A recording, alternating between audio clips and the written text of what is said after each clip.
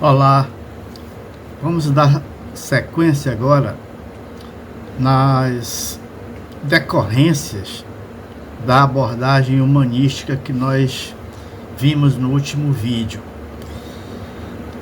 Essa abordagem ela teve pelo menos 3 grandes decorrências que nós vamos tratar agora neste vídeo. A primeira decorrência delas, que é a questão da liderança. Depois nós vamos ver a decorrência das comunicações nas organizações e, por último, a questão da motivação. Vamos então dar início falando sobre essa questão da liderança, que é de muita importância nas organizações.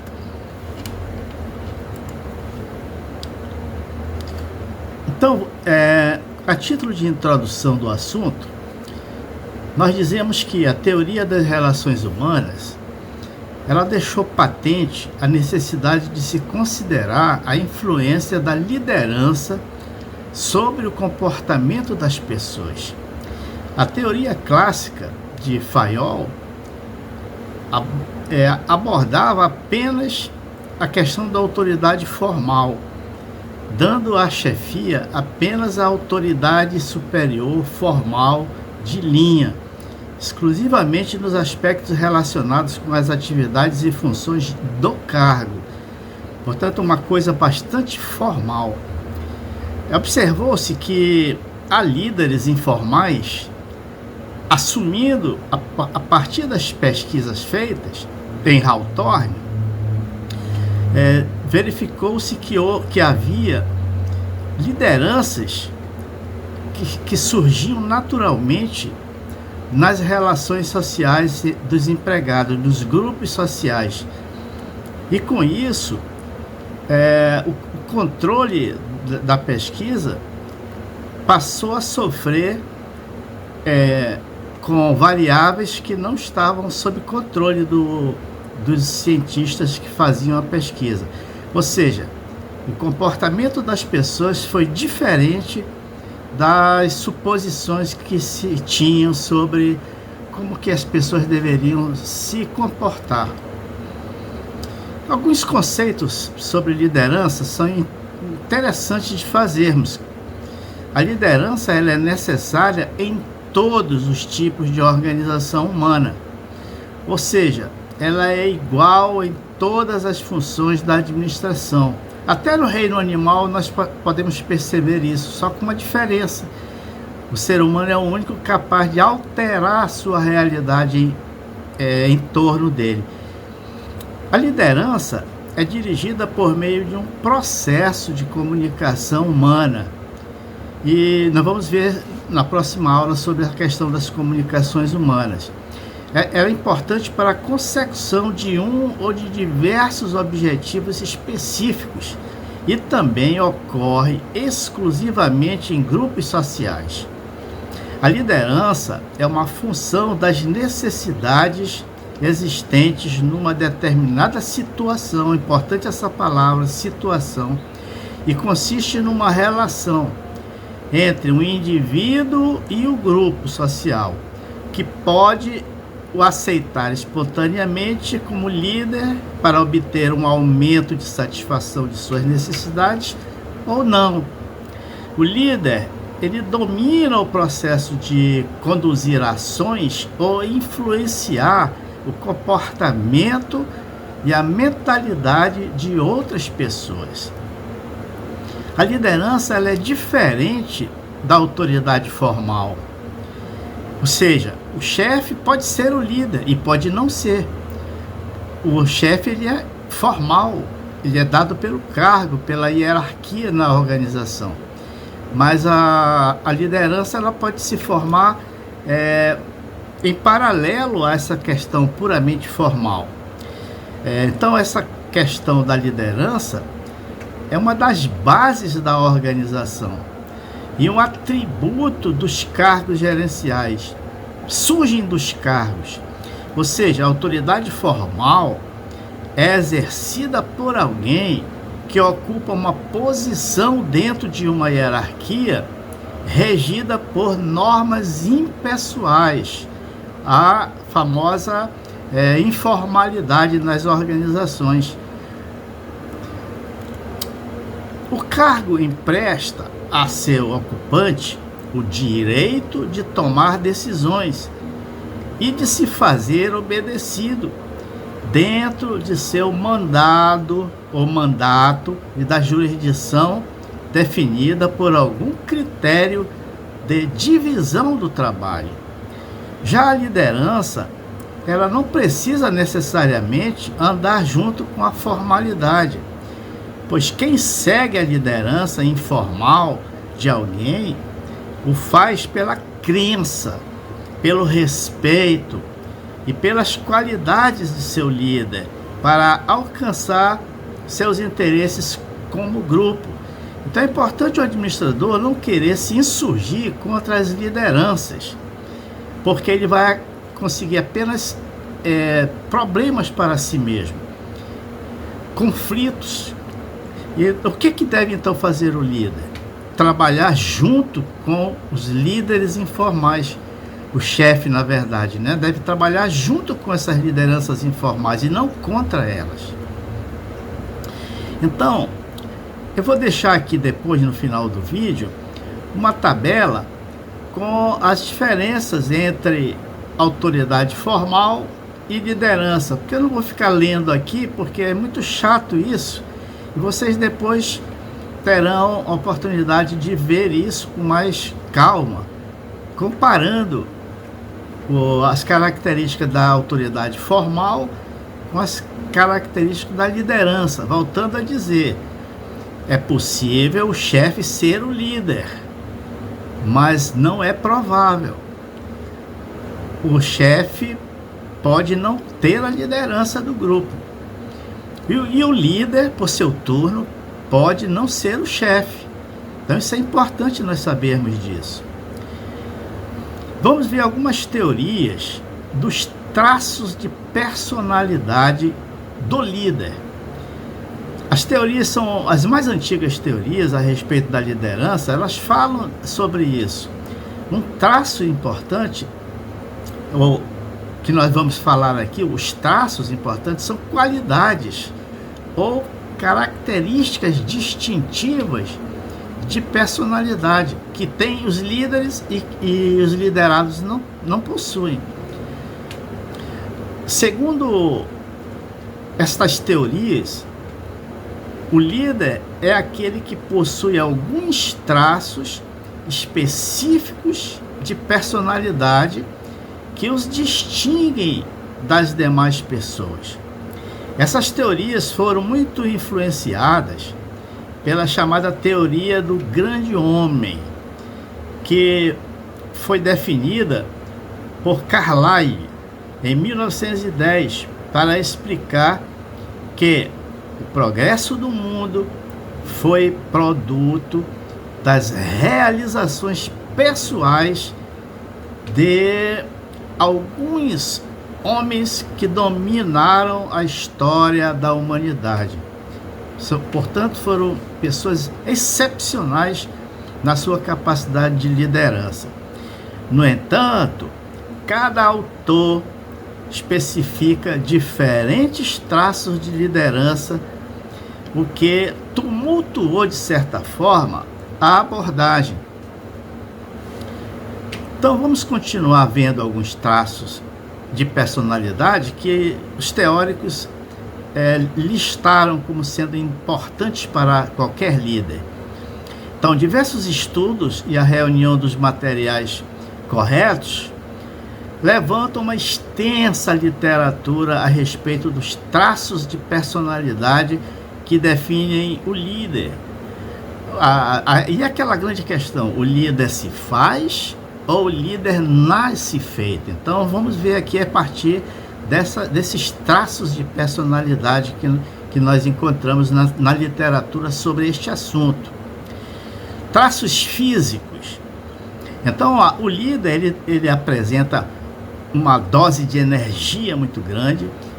Ele não pode ser baixinho demais, ele tem que ter uma certa estatura física mesmo. Estamos falando aqui dos traços físicos. Embora isso não seja nenhuma desses traços que nós vamos apresentar aqui sejam algo definitivo como receita de bolo. Mas essas características são importantes para qualquer líder. A aparência do líder. As pessoas, elas se deixam levar pelo simbolismo, pela aparência e mesmo pelo corpo físico de um líder, inclusive pelo seu peso. Ele não pode ser... há muita dificuldade de uma pessoa obesa alcançar a liderança. Não é impossível, porque a história está cheia de registros sobre isso. Agora, outros traços intelectuais. Ou seja, o líder, o grande líder, o bom líder, ele deve ser adaptável, ele deve ter adaptabilidade, ele deve ser agressivo em certos momentos. Então, a agressividade conta pontos para que ele consiga exercer a liderança. Ele tem que ter entusiasmo e autoconfiança. Essas são as características intelectuais dos grandes líderes. Alguns traços sociais. Ele tem que ser um sujeito que coopera com os demais e ele consegue com que os demais sejam cooperativos, para que as suas habilidades interpessoais surjam com maior poder dentro dos grupos. As questões administrativas, as habilidades das pessoas em resolver problemas. Então, isso tudo são traços sociais que o líder potencializa. E há alguns outros traços que são relacionados com a tarefa, o impulso de realização. As pessoas que têm que ter iniciativa. Tem gente que não tem iniciativa. Então, o líder, ele tem que fazer com que as pessoas tenham iniciativa para a realização. As pessoas têm que ser persistentes, porque as pessoas erram, mas elas têm que persistir em buscar não errar. E, portanto, as pessoas têm que ter iniciativa nas suas ações. Alguns aspectos ainda sobre os traços de personalidade do líder. Para estas teorias, um líder deve inspirar confiança, ser inteligente, perceptivo e decisivo para ter melhores condições de liderar. Porém, há alguns aspectos falhos dessas teorias. E quais seriam esses aspectos falhos? Não dá importância à relatividade das situações. Cada situação é uma situação que pode facilitar a vida de um líder ou pode dificultar.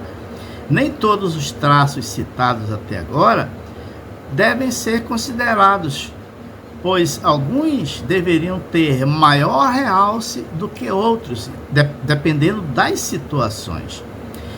Ignorar a reação dos subordinados nos resultados da liderança. O indivíduo pode ser líder para todo e qualquer tipo de subordinação, de subordinados, de trabalhadores. Então, dependendo da situação, o sujeito pode ser um bom líder ou não. Então, depende de quê? Da situação. Essas teorias, elas não fazem qualquer distinção sobre os traços válidos quanto ao alcance de diferentes tipos de objetivos a serem alcançados. Em uma missão militar, por exemplo, de guerra, exige traços distintos de uma missão religiosa, por exemplo. O sujeito para liderar no campo de batalha é aquele intrépido, aquele sujeito que pula fora da trincheira, segue na frente enfrentando as balas e faz com que todos os outros sigam essa sua experiência e sigam esse seu exemplo. Um indivíduo dotado de traços de liderança é sempre líder durante todo o tempo. Não é. A qualquer situação não é. O que não corre, a realidade é diferente.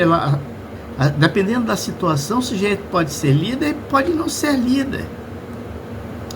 Essas teorias, elas estudam a liderança em termos de estilos de comportamento do líder com relação aos seus subordinados, ou a maneira pela qual o líder orienta sua conduta. Ou seja, são essas teorias que analisam o estilo de comportamento para liderar. A principal teoria que explica a liderança por meio de estilos de comportamento é a que se refere a 3 tipos de liderança que nós vamos tratar a partir de agora. Existem as lideranças que são autocráticas, existem lideranças democráticas e existem lideranças liberais. Então vamos ver cada uma delas como é que se comportam. Como os líderes se comportam ao adotarem uma dessas 3 características ou esse tipo de liderança que ele exerce. Então esses estudiosos, em 1939, fizeram um experimento para verificar o impacto causado por esses três diferentes estilos de liderança em meninos de 10 anos. Os meninos foram orientados para a execução de tarefas. E aí vão surgindo as lideranças e os diversos tipos de lideranças que eles então passaram a observar nesses meninos. Então, a direção de cada grupo era desenvolvida por líderes que utilizavam um dos 3 estilos diferentes, o autocrático, o democrático ou livre. O resultado dessa experiência teve uma imensa repercussão nos Estados Unidos, pois os meninos se comportaram da seguinte forma aos diferentes tipos de liderança a que foram submetidos. Surgiu a liderança, aqueles que adotaram a liderança autocrática, eles tinham um comportamento do grupo sob forte tensão, muita frustração e agressividade para os 2 lados, nenhuma espontaneidade, nem iniciativa ou formação de grupos de amizade. Embora aparentemente gostassem da tarefa, não demonstraram satisfação com relação à situação. O trabalho só era desenvolvido com a presença física do líder autoritário. E quando estava ausente esse líder, eles paravam as atividades e os grupos mostravam seus sentimentos reprimidos contra o líder autoritário, chegando a explosões de indisciplina e agressividade. Já a liderança liberal, que é um outro extremo da liderança autocrática, nesse tipo de liderança exercida pelos meninos, as atividades do grupo eram intensas, porém a produção era medíocre, era muito baixa. As tarefas eram realizadas ao acaso e com muitas oscilações. Não havia concentração no trabalho em si e se preocupavam os meninos apenas com questões pessoais. Notou-se forte individualismo agressivo e pouco respeito ao líder. Por quê? Porque o líder não exercia liderança forte, deixava que os liderados resolvessem democraticamente, ou na verdade liberalmente, como laissez-faire. Cada um fazia o que achava melhor e mais fácil. Então as coisas não deram muito certo, né, nessa situação de liderança liberal. Agora, a liderança democrática, a formação de grupos de amizade entre esses meninos e um bom relacionamento entre eles foi alcançado. Havia muita comunicação espontânea, franca e cordial entre o líder e os seus subordinados. O trabalho mostrou ritmo suave e seguro, sem alterações até na ausência do líder, porque todos sabiam o que fazer. O líder ditava as regras e as normas e podia se ausentar.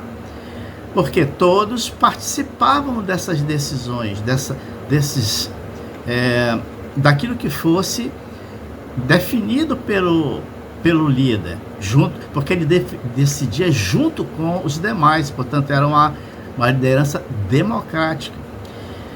Notável sentido de responsabilidade e comprometimento pessoal com o trabalho os meninos demonstraram, além de uma impressionante integração grupal dentro de um clima de satisfação.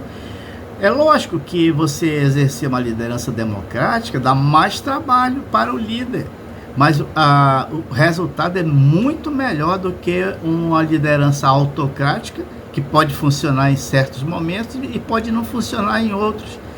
E a liderança laissez-faire, liberal, cada um faz o que acha melhor, em algum tipo de organização pode dar certo, em outros tipos de organização pode não dar certo.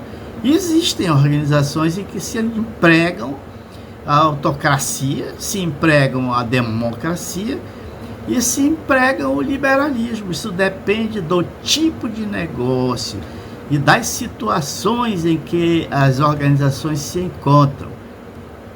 Portanto, se vocês me perguntarem qual é o melhor tipo de liderança, eu vou dizer para vocês: aquele tipo que melhor for adequado à organização e à situação em que ela se encontra. Com a liderança autocrática, os grupos mostraram maior quantidade de trabalho, e na liderança liberal não foram muito bem, tanto na quantidade como na qualidade.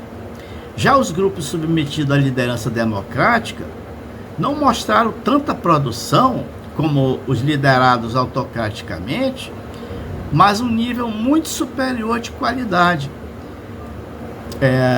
O que chamou a atenção na época, nessa pesquisa, é que qualquer grupo liderado democraticamente era mais eficiente. No mínimo, produziam tanto quanto outros grupos e com mais qualidade nas atividades, e também eram mais criativos. Com relação à experiência, seus autores levantaram repetidas vezes as ressalvas quanto às variáveis deste experimento. Então, há estilos de liderança que são centrados na tarefa, e então esse tipo de liderança trata-se de um estilo preocupado estritamente com a execução da tarefa e com os resultados. É típico das empresas ou unidades que costumam concentrar as pessoas em cargos desenhados e padronizados, preocupada exclusivamente com o trabalho e em conseguir que as coisas sejam feitas de acordo com os métodos pré-estabelecidos e com os recursos disponíveis. Há organizações que são exatamente assim. E se tentar fazer de outra forma, talvez não dê certo. Há outras organizações cuja liderança é centrada nas pessoas. Trata-se de um estilo preocupado com os aspectos humanos dos subordinados e que procura manter uma equipe de trabalho atuante, com maior participação nas decisões. Dá mais ênfase nas pessoas do que no trabalho em si, procurando compreender e ajudar os subordinados e preocupando-se mais com a meta a ser alcançada no final do que com os métodos e resultados particulares e imediatos, sem preocupar-se do nível desempenhado e desejado.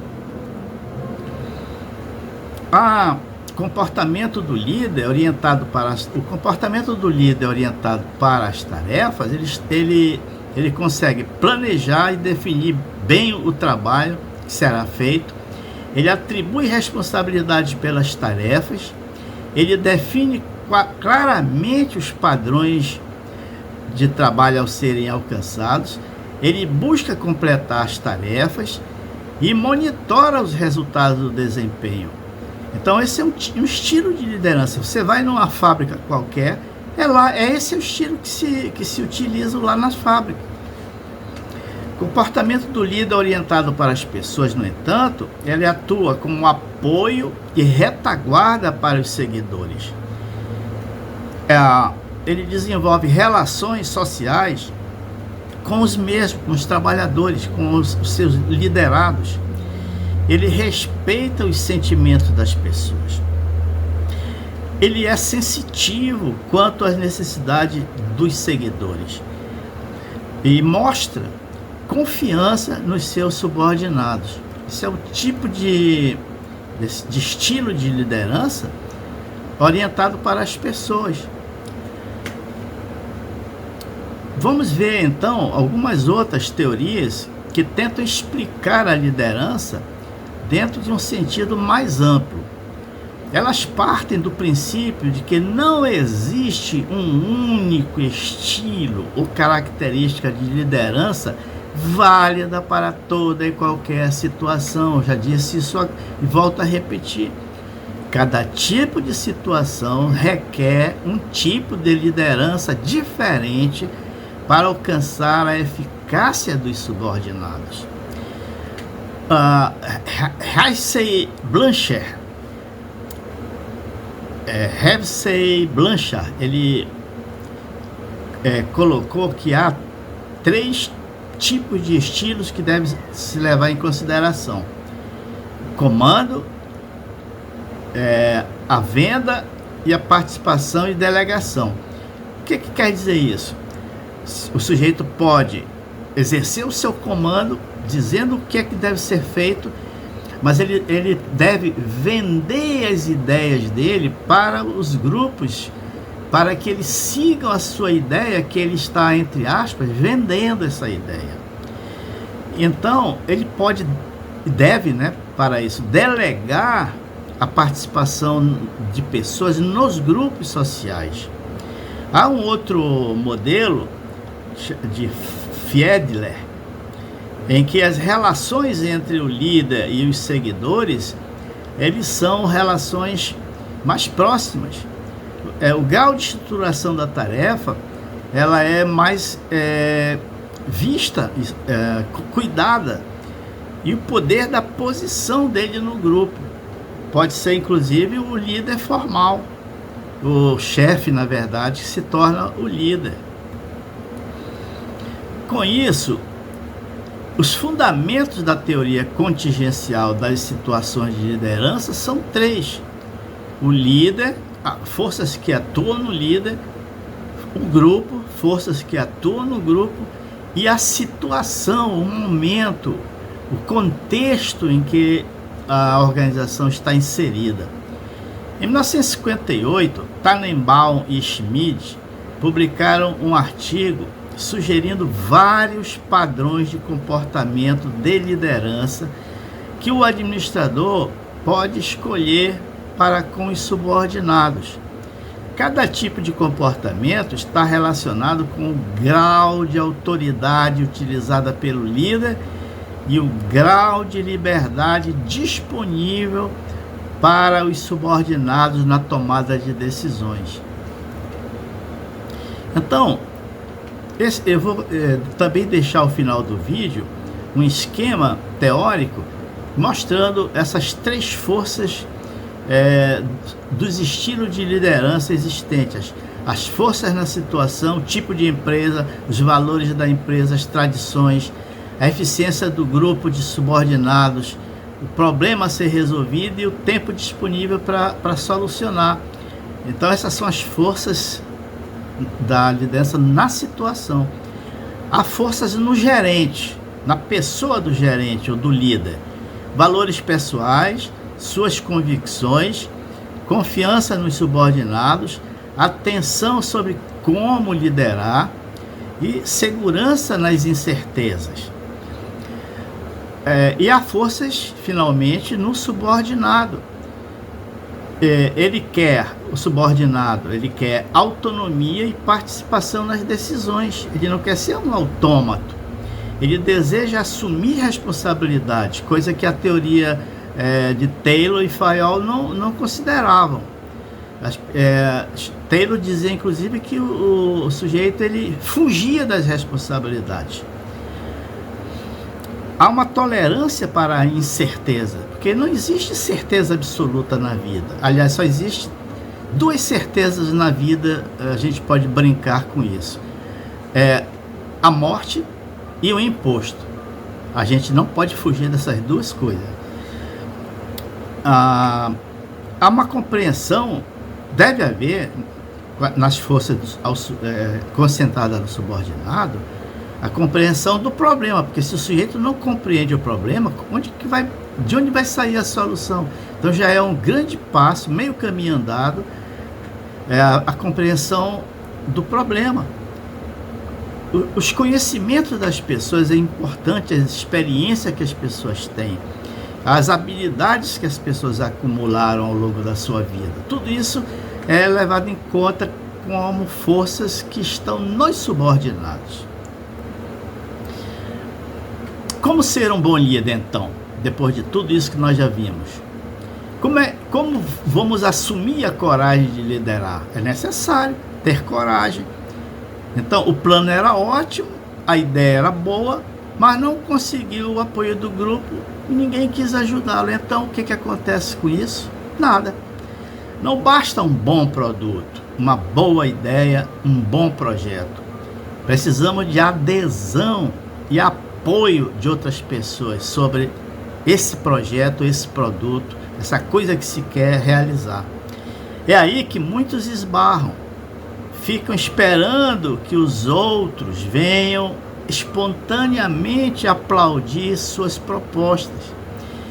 Tem medo de liderar e então, por melhor que sejam suas ideias, tudo fica difícil e não anda e não acontecem as coisas. O que um líder deve fazer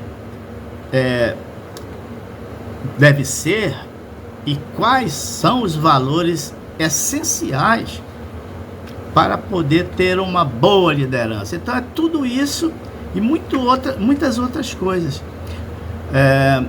Então o que um líder tem que fazer? Ele tem que ver de acordo com a situação. Ele tem que mostrar ao grupo a direção a seguir. Porque os líderes querem que alguém diga para onde ir. Então o líder é aquele que mostra para onde se deve ir, que os interesses são iguais, que todos deveriam lutar por isso, por alcançar aquele objetivo. É o líder que mostra ao grupo a direção a seguir.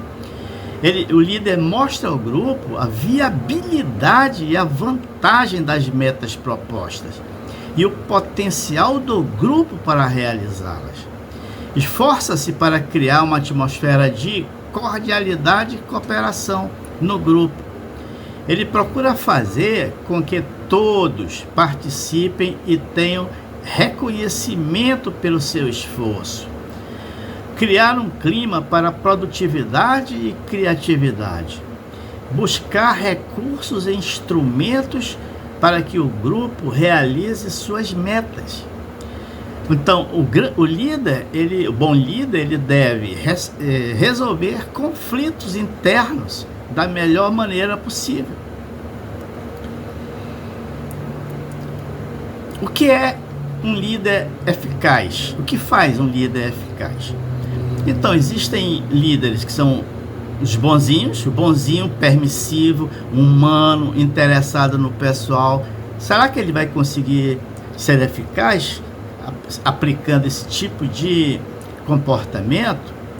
Ou aquele que se preocupa principalmente com o trabalho, é exigente, é severo, é controlador? Então aí são duas posturas opostas.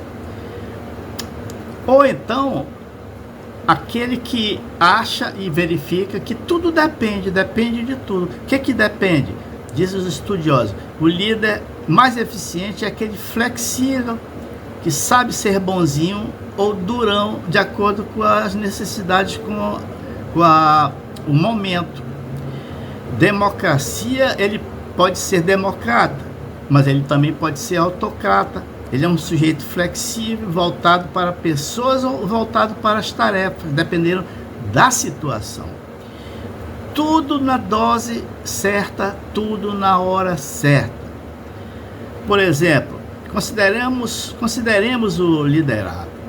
Se ele tem um alto grau de maturidade, conhecimento da tarefa, motivação, responsabilidade, o líder pode deixá-lo mais livre para trabalhar. Caso contrário, se ele não tem essas características, o controle sobre a tarefa e sua realização deve ser maior. Então, para liderar, é necessário o seguinte: o líder tem que ser leal e verdadeiro no relacionamento com os membros do grupo. Ele deve querer liderar, isto é, aceitar a responsabilidade que a liderança traz. Ele deve envolver-se integralmente com as metas do grupo e buscar uma compatibilidade entre as metas do grupo e as dos indivíduos. Deve ainda o líder estimular o grupo a realizar sua tarefa. Deve estimular o grupo a assumir riscos. Ele e o grupo. Identificar-se com o grupo e o grupo com ele. Manter um esforço permanente de comunicação com os membros do grupo. Colocar os objetivos do grupo acima de caprichos e vontades pessoais. Algumas qualidades essenciais, portanto, devem ter um bom líder. Então, que qualidades essenciais são essas? Vamos repetir algumas delas aí. Convicção. O líder demonstra certeza, isso implica em determinação, em força de vontade e persistência. Ele deve ter crença ou fé, confiança na instituição e nos superiores dele. Ele deve ter autoconfiança, fé em si mesmo. Isso implica em convicção nele mesmo, que irradia confiança e entusiasmo em todo o grupo. Ele deve ter vocação, disposição natural do seu espírito para a liderança. Ele deve ter dignidade e beleza moral. Ele não deve ser um sujeito que é igual biruta de aeroporto, que ele se deixa levar pelos ventos, conforme bate o vento. Ele deve ter honra, que é a integridade da pessoa, a dignidade própria. Ele deve ter um espírito de cooperação, espírito cooperativo, e podemos ter o espírito de cooperação, um tipo de cooperação leal. Por exemplo, os navios, eles dependem de um leme e de alguém no comando para levar o navio para o porto seguro. Então ele deve ter ideais que refletem sonhos, aspiração, e implica em crença. As pessoas têm que acreditar naquilo que o líder está propondo. A questão do julgamento do líder. O líder ele tem que tomar decisão. Ele tem que ter resolução, firmeza, enfrentar problemas com linha de ações e de comportamentos corretos, correntes, existentes, mostrando-se firme e decidido, inspirando confiança nos seus subordinados, nos seus liderados. Ele deve ter imparcialidade no julgamento, sem paixão. Ele deve julgar as pessoas e a si próprio de acordo com os méritos envolvidos. Ele deve ser um sujeito de critério, ou seja, ter norma para julgar as coisas. O critério aqui é a imparcialidade com que andam juntos aqui as normas e o seu julgamento. Ele deve ter senso de medida, ou seja, levar em consideração opiniões e argumentos como exemplos na hora de dar uma atribuição de tarefa, na hora de ganhar um elogio, na designação de uma tarefa. na própria tolerância para com os seus liderados, e não ter medo e nem falta de coragem. Ele deve ter visão. Hoje está até em moda falar isso, né? Um homem de visão, que é a previsão de fatos, dos fatos, que dá senso de direção, e também autocrítica no renovamento do desenvolvimento pessoal. Ou seja, você tem que ter autocrítica também. Ele não é, ele é falho também como outras pessoas. E finalmente, ele deve dar exemplo pessoal, exemplo do seu comportamento, ética militar, se for o caso. Ele deve ser como se fosse um sargentão, um tenente, um general. O líder é observado pelos seus subordinados o tempo todo, e deles vem a sua confiança. Observar o seu líder. E deve ter responsabilidade moral o líder. Temos a responsabilidade legal, que é estabelecida por lei, pelo regimento, pelo estatuto, e temos a questão da responsabilidade moral, que não tem limite fixado, está na consciência de cada um, de acordo com a moral dele, que é uma virtude. Então, a moralidade ela é obtida de acordo com a cultura em que ele está inserido. A questão ética e a questão moral. Ele deve ter senso de humor. É contagiante a alegria de quem tem senso de humor. Ele deve ter autocontrole e desprendimento. Ele deve ter disciplina consciente. Existe a disciplina, que é atender às ordens e regulamentos da instituição, que existem essas regras no estatuto, no regimento. E existe a disciplina consciente, estar em marcar sempre, mesmo que o momento não seja propício, mas manter a sua palavra, manter aquilo que ele se propõe. É isso. Obrigado.